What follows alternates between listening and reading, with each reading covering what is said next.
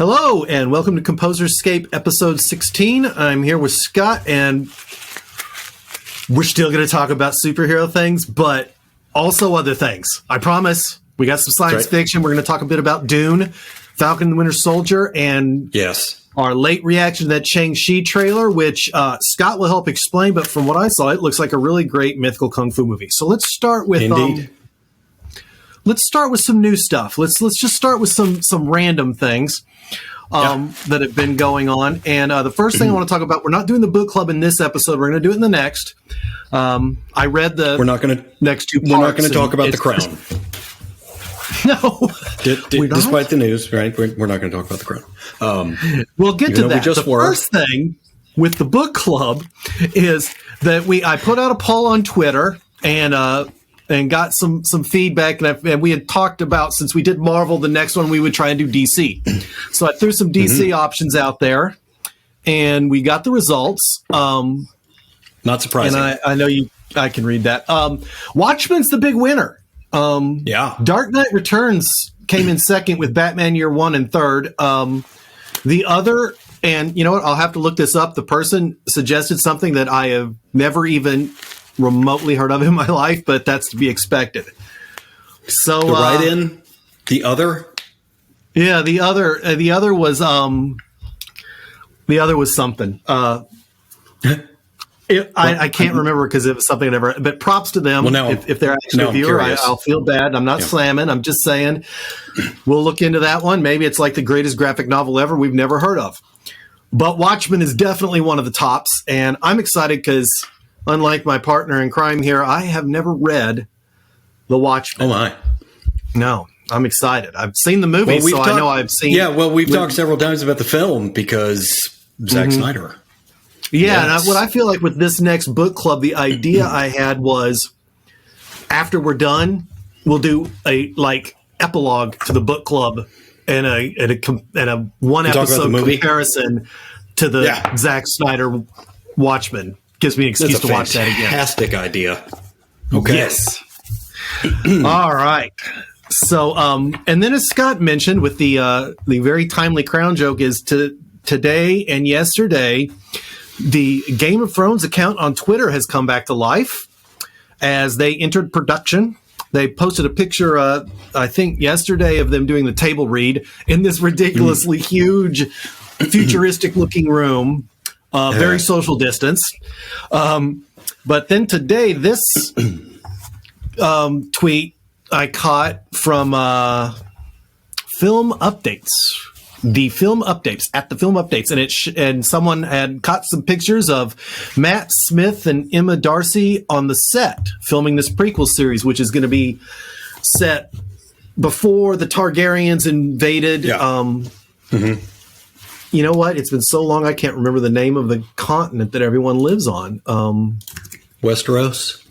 It's set before that. So we get to hear all these stories that, if you've read the books, you know a lot more about. But in the show, these stories about the Targaryens were always mentioned. So we're going to get to see that. And that's going to be pretty awesome. I feel like we're going to get to see a lot of dragons. Hopefully they got the budget for that. Yeah, right.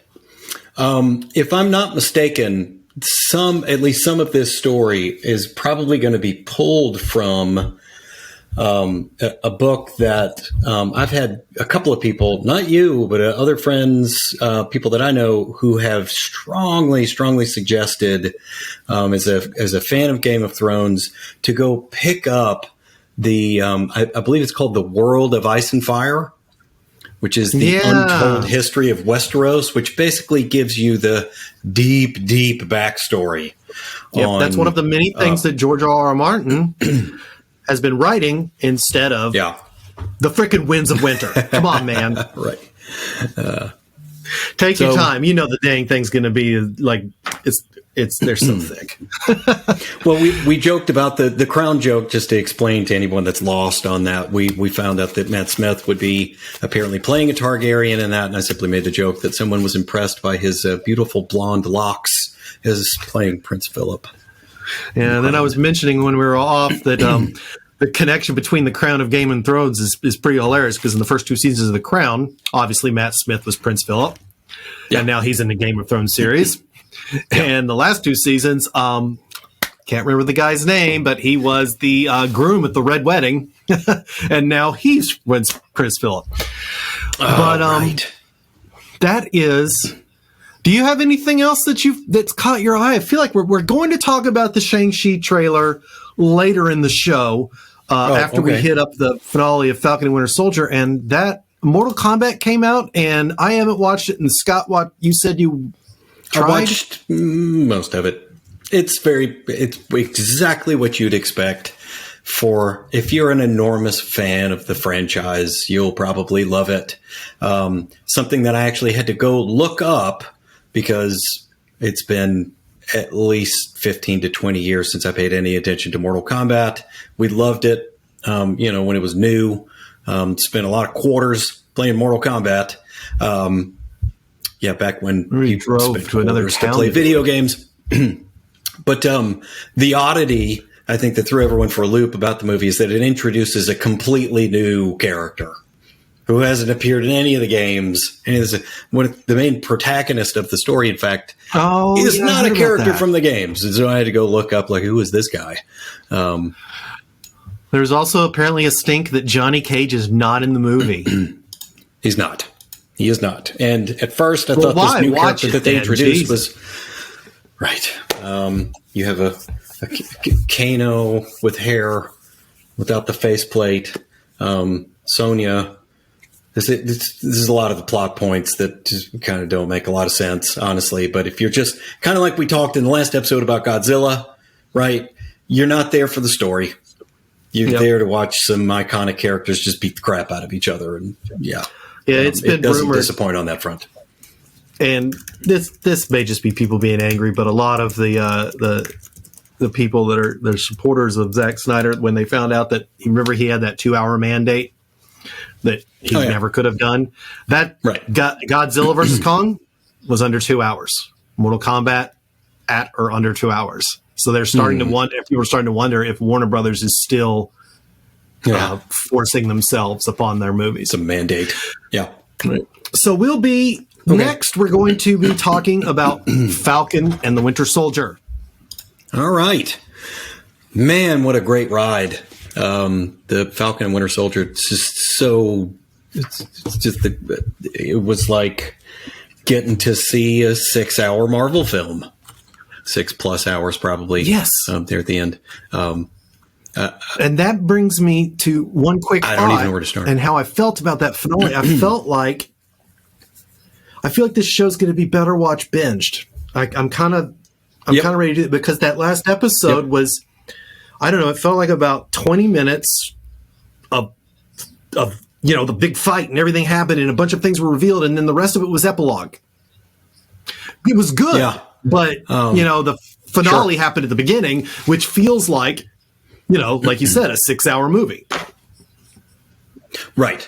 The only nit that I had to pick about that was that Sam, I guess we're supposed to assume he could fly at supersonic speeds with his wingsuit, but he supposedly flew from New Orleans to New York City in a matter of... Didn't they show him opening the box in a hotel room in the last episode at the end? I thought he was already in New York City, but for the thing. Oh. Okay. That's possible. I'll have to go back and check that. Super nitpicky. The action was fantastic. A topic that we have thrown around on several episodes, both when we were talking about WandaVision and with this show, is how well the MCU folks, regardless of who's directing, their costume folks are just completely out of sight. They're just outstanding, because what you finally get is this version of Captain America, Sam Wilson, sort of Falcon, the elements of the wingsuit and Captain America outfit all blended perfectly, and it looks very faithful, very true. When you look at the new Captain America titles published for Marvel since Sam took up the shield, it is just spot on. I mean, it looks so good. There's a lot of white in the suit, but it still has the sort of iconic with the star and the bars there on the front. the way that Steve Rogers suit did. God, it just looked great, I thought.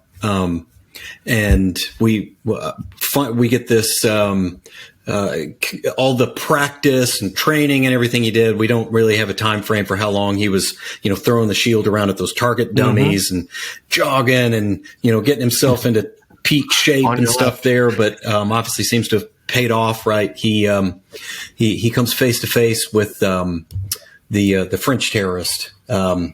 His name is on the tip of my tongue. Oh, that fight! Who continues to be a recurring character. There were not pictures in the press kit of that. I had almost forgotten about that. Yeah, so that dude's got his ass whooped by both Captain Americas now. Well, 2 out of 3 if you count John Walker being Captain America.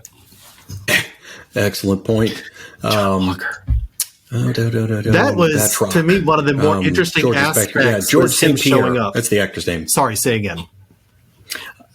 No, Batroc. George St. Pierre's the name of the actor. He's done a really good job with that role. And we get some fantastic action. We get to see Bucky have a moment, I think, where he finally is able to, what's the right word, sort of consolidate and have some closure and feel like he kind of, crosses a bridge and is able to finally kind of reconcile how he feels about his place in the world and what he can do, and is kind of is turning the other cheek at one point in a manner of speaking. Right, he's the creator sort of turns away from a more violent tendency. The creator of the show said that at the end of this show, he is no longer the Winter Soldier. There is no more a Winter Soldier, which I think is right. One, a statement of his character arc, and 2, a hint. That just feels like he's about to be something else. Is he going to be the White Wolf, or do they have some other character that they're going to throw Bucky into? Because he is the one true, I guess, good super soldier out there. There's Isaiah, but it doesn't look like he wants to do much more fighting.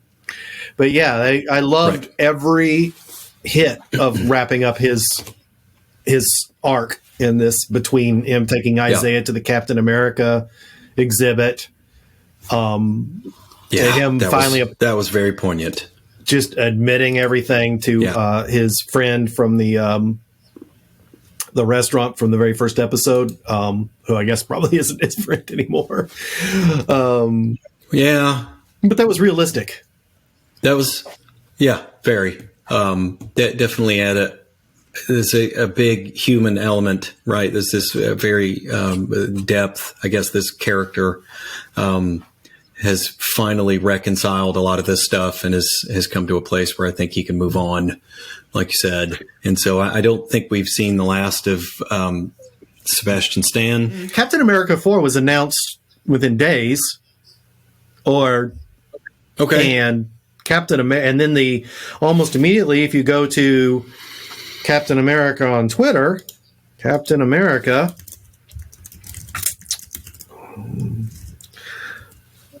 Hold on. Dadgummit. Phone.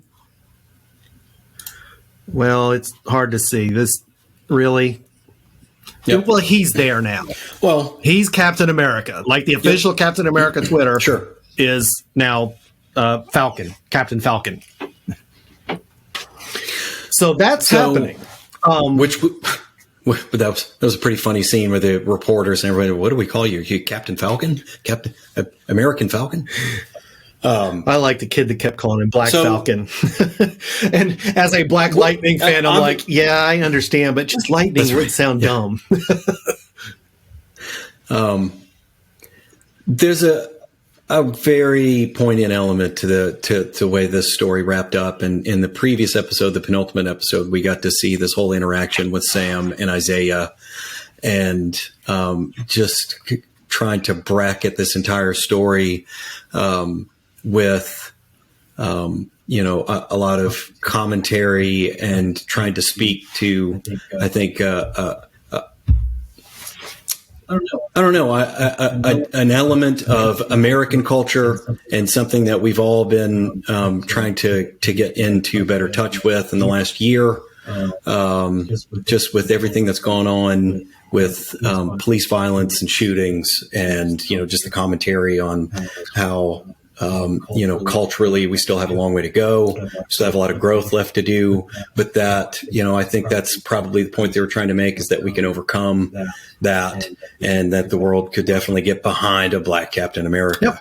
Right. And we're rooting for Sam the whole way, and his confrontation of the senators and the people on this committee at the end, really just kind of letting them have it. Yeah. The only thing that was not believable about that is he's talking to this senator, and this senator is like, oh, okay. And I'm just trying to picture Mitch McConnell not finding a way to say something entirely racist and believe it's not. So it's like, I want to live in the Marvel America. Yes, I know aliens invade once every couple of years, but it's better than this. Right. Yeah. So, just fantastic writing, the cast, the production, the action. I mean, everything, the pace of everything, which is perfect. And I think it's very bingeable. We'll definitely probably have a weekend sort of binge of this entire show and watch it like it's one long movie. Yeah. It went really well. So WandaVision and Falcon and the Winter Soldier and Zack Snyder's Justice League, those three things were all very different, but in each of their own ways, they were all it wasn't just boring or not boilerplate. None of them were boilerplate superhero movies or shows. They were all unique, and we got all of that in like a couple months time. And it was really a lot of fun. Yeah. Now, before we drop Falcon and Winter Soldier, I think we need to. Well, I did want to, talk about John Walker. Yeah, I was about to say, let's hit up. I think, Falcon and Bucky had their nice wrapped up story, bow tie. He's going to go be Captain America. Yeah. Bucky is no longer the Winter Soldier, but Walker shows up in this battle. There's a couple minor characters that need to be talked about. 3 that need to be talked about. Let's start with Walker. So he shows up in the battle. Okay. All's good. He's going to fight with the good guys. He does okay. That's right. And you're kind of like, okay. So it's kind of like at the end of WandaVision, they just let her fly off. Well, they just let John Walker show up, fight, and go away. He helped. His shield got he wasn't destroyed, I think. He wasn't charged with anything. He was dishonorably discharged. Right. He's not in prison. He has his freedom. I mean, for all we know, he's now a civilian, got the dishonorable discharge.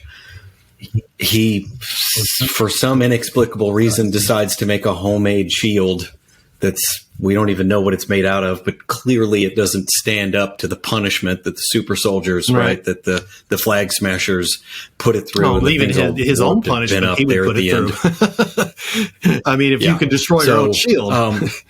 But yes, but he has some regrets, right? He's kind of thinking, okay, mistakes were made and maybe I need to try a little harder and do a little better. And it definitely seems like there at the end, he's trying to, whether it's altruistic or if he's just trying to save face, if he's got kind of selfish motivations here, we're not sure, but he helps. Right.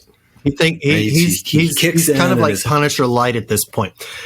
And I want to get back to him. There's actually, I just realized there are 3 minor or side characters I want to hit on. The next one, they put him in what looks like the most inescapable prison in the Marvel Universe, and it turns out so far to be the most escapable prison. So I'm pretty sure Captain America, not even Thor or the Hulk show up. Captain America shows up in a post-credit scene and everyone's out. I mean... Yep. So, Zemo, look at him. He's like, I'll be out of here, and he's not done. I don't think. I don't know that post-credit scene at the end of Civil War. He breaks everyone out. I kind of wondered if he had some help from maybe some Wakandan technology there. Oh, I'm sure he had an inside thing. But, and maybe we can guess that the raft really doubled down on their security. After that episode, I just found it interesting that the raft made an appearance, right? So we know that the raft is still a thing. And since you mentioned it, right, we get the Madame Hydra scene there at the end, who clearly has got her fingers all over it. right? And is making reference to a news story or something that she's looking up the internet saying, did I have anything to do with that? No, I didn't. I was going to get to Madam Hydra. I was trying to go in order of the pictures, but okay, sorry. No, it's okay. This was the big one.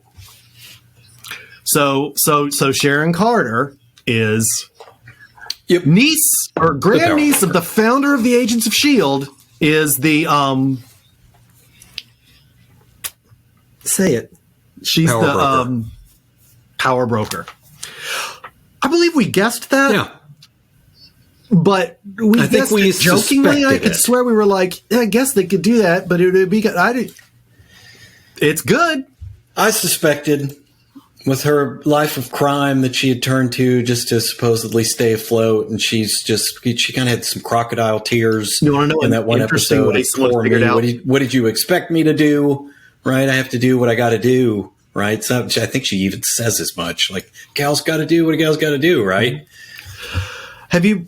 You know how? And I don't think it's like this anymore, but it used to be that Chinese movie stars would never, if they would either play bad guys or good guys. They would, if they were like played heroes, it was apparently such a bad idea to play a bad guy that they would never do it because people saw them as their character. Okay. And that brings me to this theory with Sharon and how some people claim to have known that she was some kind of bad guy all along, and it's because she wasn't using an iPhone. Because Apple does not allow bad guys in movies and TV to use an iPhone. It's like some sort of, when they, the people say, this is going to show up, we're going to use your iPhone. They'll say, we'll supply you with iPhones, but don't give it to the bad guy. And this came out before the episode, and lo and behold, she's the power broker. So is this all? I feel like all the set up for all the shows we watch that have these sort of career criminals running around that they're all using burners, right? You get the flip phone, flip phones. This is a burner phone just so they can just throw it away, right? When they're done with it, they use it for a week and then toss it in a garbage can somewhere. Yes, that's funny. I loved this scene. So, and then we'll get into. I just have to mention Isaiah as one of the other minor characters. I would like to see more of his story. That would be a great prequel. Isaiah's whole thing in Vietnam, and then I believe there we go. So then there's this ending scene. You think, well, did John when he's fighting? It's like, well, he seems to be fighting for good, but apparently she's the one who sent him in. That's the impression I got. Okay. Which means she's trying to get his press looking good. In other words, she thinks she I don't know if it's going to be Hydra or some other new evil organization, but what they want, she thinks she now finally has their super soldier. Whereas, Red Skull, the serum didn't quite do right for him. Yeah, of course. He's free now. But that's a tangent. Go ahead. How do you mean? Well, he doesn't have to guard the Skull is free anymore. Right. Well, but anyway, so what do you think of this? One, I can't wait. Now, I'm literally excited for Black Widow just to see her in it because I love Julia Louis-Dreyfus. Sure. Very much looking forward to that. And, we talked about U.S. Agent a little bit in the previous episode. I think it's hilarious that he makes the comment about the outfit, which, when you look up U.S. Agent in the Marvel Comics, I mean, he just looks like he's like a black hat Captain America, right? The suit's the same, but it's black. And the star has the A in it, which I guess when he originally got the suit was for America, but now it's for Agent. So I think we'll see him pop up again, either in a show, in a movie, not sure. And I was going to mention this earlier. Obviously, Marvel MCU's got lots of movies slated and big plans. Things got held up last year, but still lots of plans for movies. But we're seeing this extended sort of agenda for all of the shows that they're going to produce Of course, Loki is coming next. And there's a fairly extended cast of characters that we're going to get to see in these MCU shows on Disney+. I'm curious to see the back and forth and if we're going to see some intermingling, some interweaving of storylines, characters that pop up on shows that appear in the movies and vice versa. Yeah, their universe is almost getting too big to handle. But I think they have plans for all these characters feel like their plans it will either be split off shows or appearances in the next Captain America. They could do a whole trilogy of his. But on that subject, let's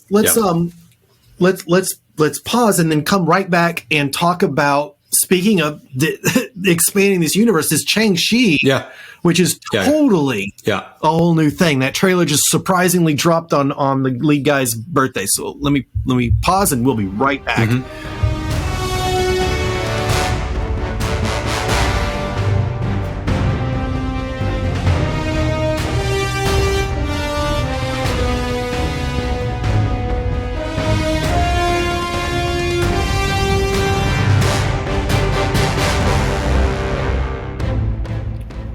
This trailer wasn't supposed to drop for a couple weeks.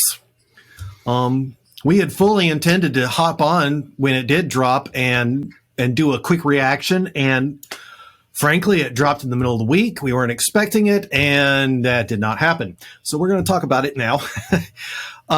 It dropped. Marvel dropped it because it was the main actor's birthday. Scott, do you have IMDb open? His name is Simu. Yes. He's having so much fun with this. Simo Liu. Wow, you shouldn't. I don't know. I'm bad with Asian names, very bad. He's been posting. I followed him on Twitter because he's a hoot. He's been posting Twitter pictures of him with his action figures, and it's just, let's just say he's been having a very, very fun week.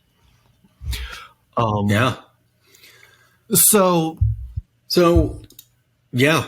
A needle pulling thread.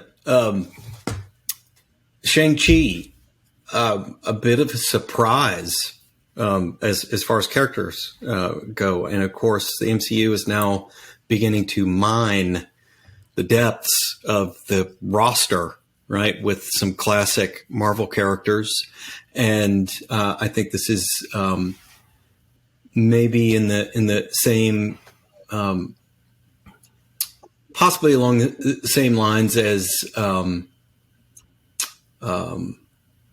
Black Panther.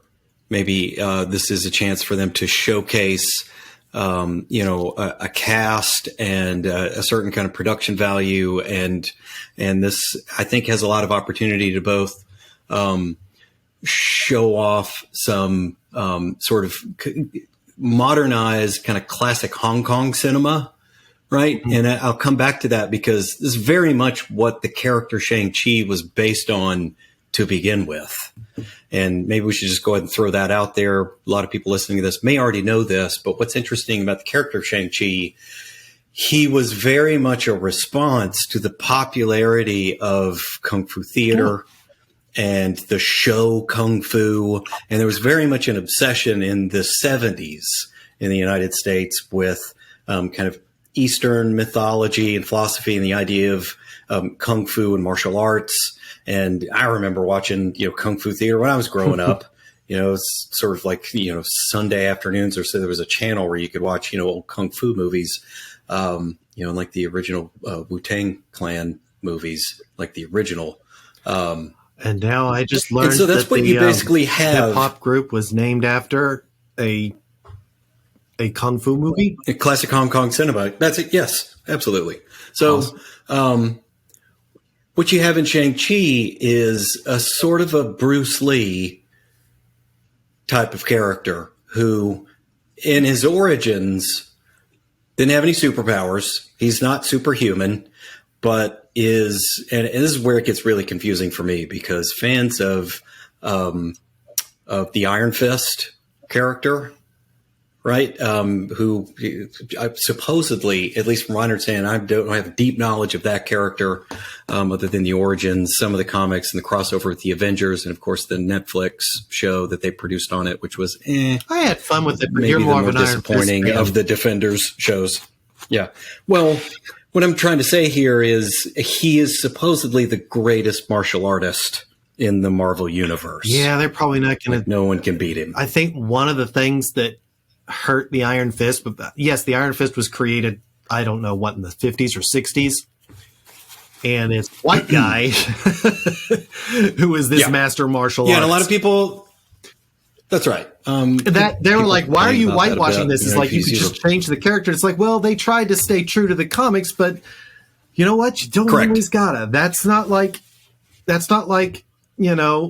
Superman, Kal-El Superman, or Bruce Wayne. That's right. For one, well, and I've actually, minor tangent. The guy who played Michael B. Jordan was asked recently about the African American Superman, and he's like, "Look, there are so many black superhero characters that already exist." He's like, "That's what I want to do." He's like, "I don't want to change the existing characters when there's so many great characters, Static Shock, Black Lightning, just to name a couple DC ones." But anyway, so back to this. Yeah. And I lost my train of thought. Shang-Chi. Yeah. Well, we were talking about it was kind of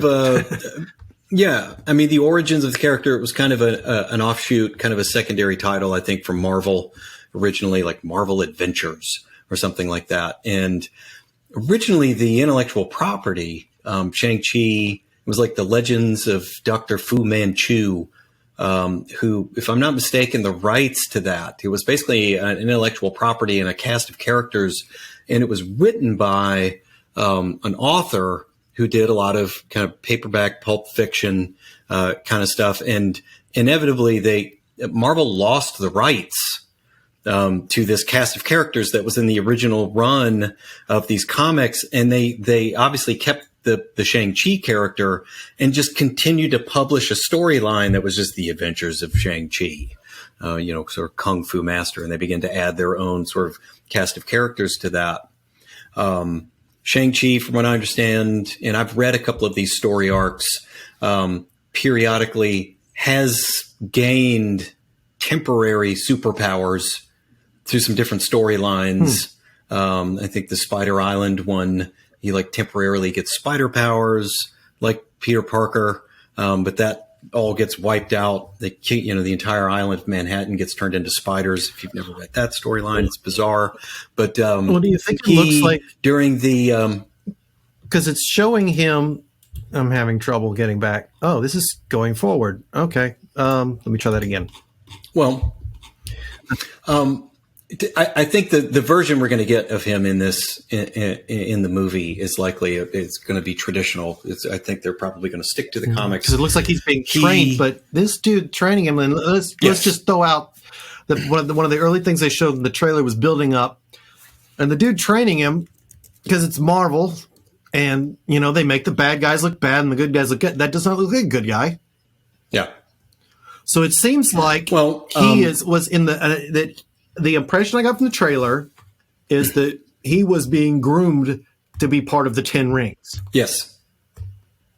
I don't know if it's the 10 Rings, but his origin in the comics was that he was trained from a very early age and groomed to be an assassin. Oh, okay. And I don't know if they're going to weave the hand into this. No, the 10 Rings, at least in the comics, are a reference to the powers of the Mandarin. Which is some sort of incredible alien technology, not all that different, I think, from what we are, the impression we get of Asgardian technology. I say that in air quotes very strongly, very ironically, right? Because, you go way back far enough in the comics, it is magic, right? Thor's hammer is magic. But I think we get that quote at some point. It was an Arthur C. Clarke quote. Was it anything that, basically said any technology so sufficiently advanced? I'm going to make that our flash appear to be fact like magic, and so during our intermission, that will be our flash fact for this episode. You wait; it's probably already happened.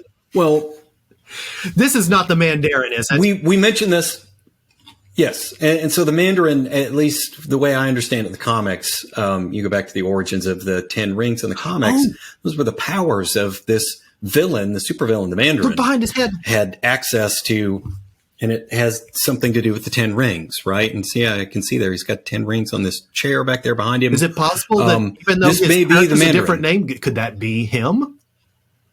It looks like he's sitting on a I think throne. it's entirely possible. Right. So what's interesting here is that we did actually get a Mandarin, again in air quotes, in Iron Man 3, right? Who was not the Mandarin. I thought that was Yeah, funny. that Ben It Kingsley made character diehard fans mad was as hell. hilarious. I was laughing my ass off at Right. that. Interesting, though, So is that now I think that perhaps that Mandarin was based on a real thing, or not a real thing, like in that world. but a story arc from the comics. Yeah. So no, I meant the actor Mandarin. They didn't just make up this character. Who was That's the bad guy in that? Was the guy from Memento? It was not. And maybe he had heard of the 10 Rings and of the Mandarin. Guy Pearce. Yes, Guy Pearce. Right. Guy Pearce. Yep. So just to, again, kind of get back to the origins of Shang-Chi, he was groomed, raised to become an assassin for a father figure in his life. Not sure if it was actually his biological father or not, but essentially, he was sheltered, hidden from the world, almost a little bit like, I hate to, kind of throw comparisons here around, a little bit like Damian Wayne, right? Raised by a league of, the League of Shadows, the League of Assassins, right? And then when he finally gets sent out into the world, right? He sees a version of the world that he doesn't expect, and he has a heart, right? And he has to kind of come to terms with the fact like, hey, I'm out here living in the world, and the world isn't this. If you ever read the one where John Kent comes back, but he had been like out traveling with Jor-El. And he comes back fully grown, and they were like best friends. And now John Kent's a fully grown Superboy now. So that crushed Damian Wayne. So anyway. Yeah. As far as his superpowers, right? I think the closest that we get to that, and it is very similar to the way that Iron Fist was depicted in the Netflix film. Shang-Chi can control his chi. He has sort of a superhuman ability to manipulate his own chi. He can sense it and almost affect it in other people, right? To the point that I was just reading kind of a bio from, Marvel.com. There's been examples in the comics where he can deflect bullets, Is this him even doing dodge this Crouching bullets. Tiger scene? That was the most interesting thing of the trailer, because it was the one thing. I mean, there was the big ancient battle scene that had the big furry dragons. And then you see, I guess it was ancient. Maybe that's going to be happening in this. And then you see this scene right in the middle, and it looks like these people are sparring. Like maybe this is one of his trainings. I can't tell if it's him because it goes by very quick, but it's very Crouching Tiger. So I feel like it wasn't explicitly said that they had superpowers, but that they're such experts and in connection with nature and their own body that they can do superhuman things. Right. Yeah. Well, the Mandarin, and I'm just, I kind of keep this stuff open, some of these tabs open and look around, just to kind of weave this in there.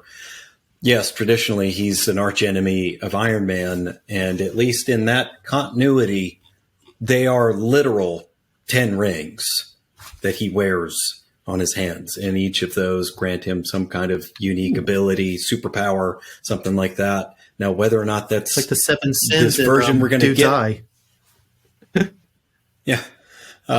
If we're going to get some version of that in this film, I don't know. Well, I'll put it this way: Marvel is not WB, and if they said the word 10 rings and don't deliver us the something after the blowback they had about. Even though I loved it, apparently other people did not love the Mandarin twist in the Iron Man movie. I can't see that they're not bringing the Mandarin in. As a matter of fact, I think I've heard Kevin Feige say, you will eventually get to see the real Mandarin. At least a hint that he exists, that he's behind something happening in this movie. At the risk of producing a spoiler here, and again, I pull this information from the, the Marvel Comics wiki, their sort of online database. Wen Wu, who is the name of that character whom you mentioned, is the I Mandarin knew it. in the Shang-Chi continuity. Okay, so we are getting. And it is apparently the sort of father figure that after Marvel lost the rights to the Fu Manchu name, they brought in, they probably retconned it at some point to be this Wenwu character. All right. Well, I'm ready for this then. Who is the Mandarin. And according to that continuity, like most things in the comics, you get things that get retconned and things that get rewritten. In that continuity, the Ten Rings is the name of a terrorist organization and not a literal 10 rings that are some maybe sort of the magic terrorist organization in the technology. MCU is named after his 10 rings. Could be. They didn't show Who his knows? hands. We'll see. So we have enough time left to talk about Dune. Dune. Dune. So The Arizona story. Sorry. So, wow, Denis Villeneuve. Why? I should have practiced it before. The guy who directed The Arrival, which, if you have not seen, Yes. we're not going to have any spoilers for it. Go watch it. Amy Adams. I've brilliant, seen it. brilliant. Yeah, Jeremy Renner. movie. Amy Adams. Yeah. Wasn't it Jeremy God, Renner? I didn't see that again. I don't remember. All I remember is Amy Adams and the That was aliens. really good. She Yeah. is so good in that movie. Yeah. So he has been tasked with directing Dune, and it's apparently done and releasing. I think there was a big kerfuffle, but it's still going to be releasing. It might not be releasing simultaneously on HBO Max. I think he gets like 3 weeks of theater first or something, but it's this fall. Okay. And it's going to cover the first half of the book. Oh, not the whole thing. Correct. Which There's going to be a sequel. we hope. It's Warner Brothers. And this is the same company that told us we were getting a solo cyborg movie, a Ben Affleck Batman film, and a Flash Right. movie 3 years ago. So, Right. but let's be positive. It looks, the trailer dropped, I don't know, months ago. And we just have been so engrossed in our superheroes, we forgot to talk about this thing. And this thing looks epic. And I'm not going to lie. It's like, when I read the book, I think I know what's happening there. And I really can't say. Yeah. And it's So- funny. All I got to say is James Gunn gave a warning with the Suicide Squad. He said, don't get attached to any of these characters. And I will give the same advice with Dune that I give to anyone who is about to watch Game of Thrones for the first time. Yeah. Don't get too close attached. to any character. They're either going to betray you or they're going to die. So, and the cast for this just It's looks so funny extraordinary. that you mentioned Game of Thrones while talking about this. It's definitely making me want to read the book. It's on my list now. And I recall watching, because this is not the first time someone has attempted to make a movie out of this book. Not even the second The original was released in 1984 and is one of those that I remember being fascinated with, being a child that grew up on Star Wars. And what's ironic there is that I'm fairly certain the success of Star Wars is what prompted the original production, David Lynch's production of this movie. But it's David Lynch. Right? It's very circular, right? Very David Lynch. And that is... So I love that movie, but not as a representation of the novel.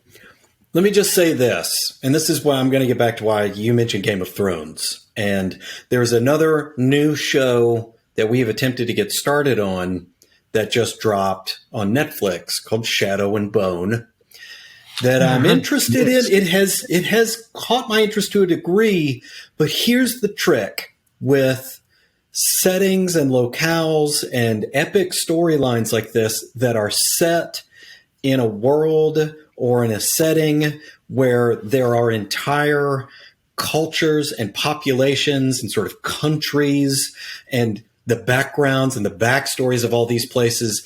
And they very quickly drop you into the middle of a situation where there are apparently decades, if not centuries of history there. And you have to keep up very rapidly very quickly and try to figure out, okay, well, these people are apparently, they don't like these folks over here.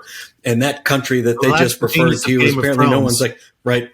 And this whole world building aspect to it. And Dune is thick with that, with different casts and different kind of levels of, cultural sort of settings and different, there are people that sort of are royalty, right? You essentially have a cast. That's where I swear, if we asked George R. Martin, he would say, when you talk about them having the houses, I know it was based on Old England and the War of the Roses, but with when you read Dune and when you read A Game of Thrones, A Song of Ice and Fire, or Fire and Ice, I can never remember which one it is, the whole series, in Song of Fire and Ice, each chapter is specifically narrated by one of the characters, and in Dune, different parts are from the perspective of different characters. So that's how they ease you into the world. It's like you're hearing it from that, and it's that world is seen through that character's perspective.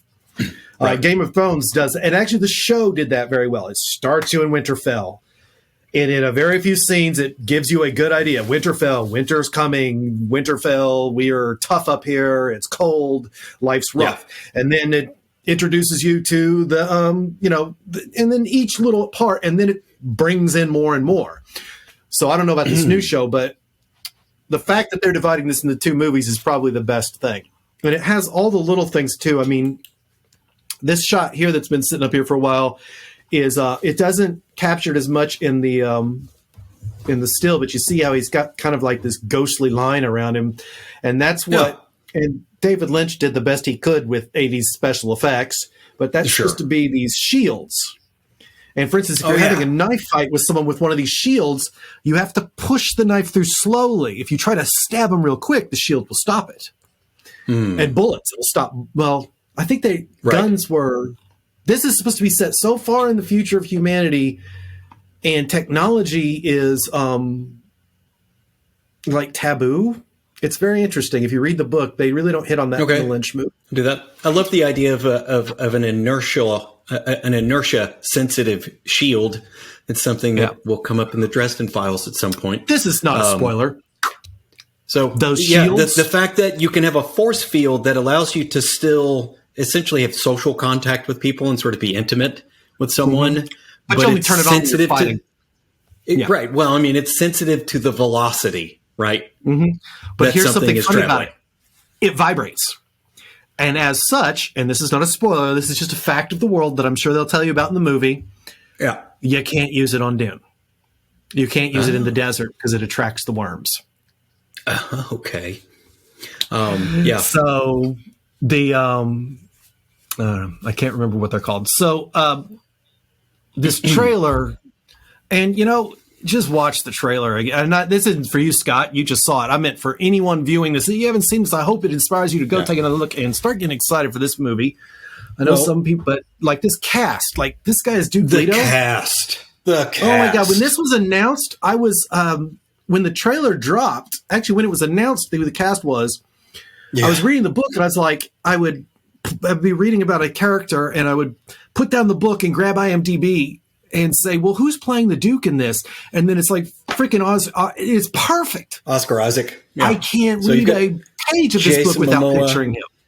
Dave Bautista, Josh Brolin, Oscar Isaac, Stellan Skarsgård, Javier Bardem. Yeah, they have not shown Skarsgård in full. He's playing the Baron Harkonnen, and David Lynch grossed him up good. So I'm interested to see what they do. The ships. Herbert does not. He just describes them as being very large. Right. The ships are run by the spice. The guys. I can't remember what they call them, but they have so much spice that they've almost become like an alien creature of some kind. Right. I vaguely remember that, the effect of the spice, right? And again, I haven't read the book. They had to live in these tanks.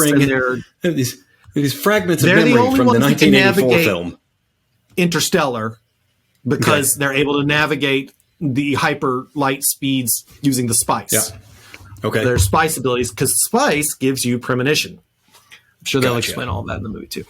Right. But some of these things, like these, are the big. I think it's the. It's not this. It's the something guild, like navigators or something like that.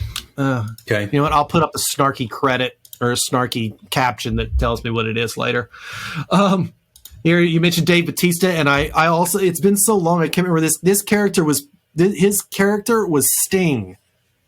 In, That's right. The David Lynch one, And he is the kind David of Lynch. the Baron's strong arm guy. With designs, and I believe he wants control over Dune, because what happened is, well, I don't know. It's not in the very beginning. They explained that the Atreides, House Atreides, some sort of deal with House Harkonnen gets possession of Dune, which is the most valuable planet in the galaxy. Because of the spice. Because of this, it's the only place to get the spice. And the spice is the only way to travel through space. So if the spice ever disappears, all of these planets would be completely separated from each other, and you time forget that they exist. So it's really cool to think, because the technology is completely dependent on some natural resources. So many global climate change parallels in a book written in the 60s. Your mind will be boggled. And this is my favorite casting, far and away. The dude's name is Duncan Idaho. He's the sword master, the protector of the Duke, and a bit of a drunk. He is. This is a brilliant casting. Jason Momoa as Duncan Idaho is perfection. I was actually trying to remember. So the actor playing Atreides, Paul Atreides, Timothy is it Chalamet? Chalamet, yeah. My wife is Chalamet. If she were to watch this, she would actually probably. Well, I was trying to remember what I'd seen him in, and there was probably he a just little in that Little Women remake or something? He was in something that made him very. He played. And I'm gonna have to look. I'm gonna have to IMDb this very quickly. I'm gonna have to bring his page up here on IMDb real quick, because he played. There was probably a little known film called The King. And I'm pretty sure I watched this like on Amazon Prime at some point, where he played the young King Henry V. Yeah, I'm sure he's been in. He's hot, and it was shit an right excellent movie, excellent film. If you want, but there's only before we let you go. Before we go, there is one character I believe most of us are excited for more than any other, and it's actually numerous of these. This, and I can't believe they showed it in the trailer, is the freaking worm. The sandworm, the spice worm, and they are such a major part. And wow, I remember even in the Lynch one, these things were kind of amazing. But if you watch the end of this trailer, they're exactly as described in the book. It's just if you grew up in the 80s and saw the David Lynch film, that's what you remember, right? These giant worms. So, yeah, there's going to be a lot. Looking forward to it. And so when the next trailer drops, we'll be on top of it. We will be on top of it. It should be soon. I would say in the next month or so, because it's coming up. I think in the next episode, just to give everybody a preview, we're going to finish our book club with House of M. And probably talk about some things that are coming up, right? We have mentioned, we spent some time talking about Shang-Chi since the trailer dropped. Some other things that are coming down the pike in the coming months. The Venom sequel that not sure if anybody asked for, but Tom Hardy the movie did is really always well. amazing. It got bad reviews, but it did really well. And unlike Warner Brothers, it was kind of fun. If a movie makes money, they'll make another. The Eternals might be looking for a trailer to drop for that soon, a more extended trailer. Especially since their director just won the Oscar for Best Director. Right. Aquaman 2 due out later this year. They're at filming some now. point we'll get at least a teaser trailer for Spider-Man No Way Home, right? And now and Jor-El has become Thor. I mean, Jor-El has become Zeus in Thor. Russell Crowe is playing Zeus in Thor Ragnarok, and now everyone wants Henry Cavill to play Hercules. Because it would be perfect. Henry Cavill is Hercules in the comics in Marvel is very hairy and muscular. Yes. Henry Cavill is very hairy and muscular. So That's right. all that and more. There was a little teaser, if I'm not mistaken, that dropped, at least some footage that dropped for the upcoming Morbius film that's slated to drop in January of 2022. There was a trailer last year. I think some more footage had kind of gotten leaked out for that, if I'm not mistaken. Oh, well, after the probably one of the most brilliant Joker scenes at the end of Zack Snyder's Justice League, I am excited for more Jared Leto. I know he's kind of he's kind of an interesting character outside, but he is nothing but talent. Yeah. I think people, if I'm not mistaken, either love or hate his Joker. I think he's kind of. I think it's the people I've heard from a lot of the people that hated that was like, oh, when they saw that end scene in Justice League, because that interaction between him and Batman was long awaited. Okay, that was fan and maybe service for we'll sure. make some predictions for Loki coming up. Ooh, yeah, all right, and maybe even just everything. All right, so until next time. Indeed.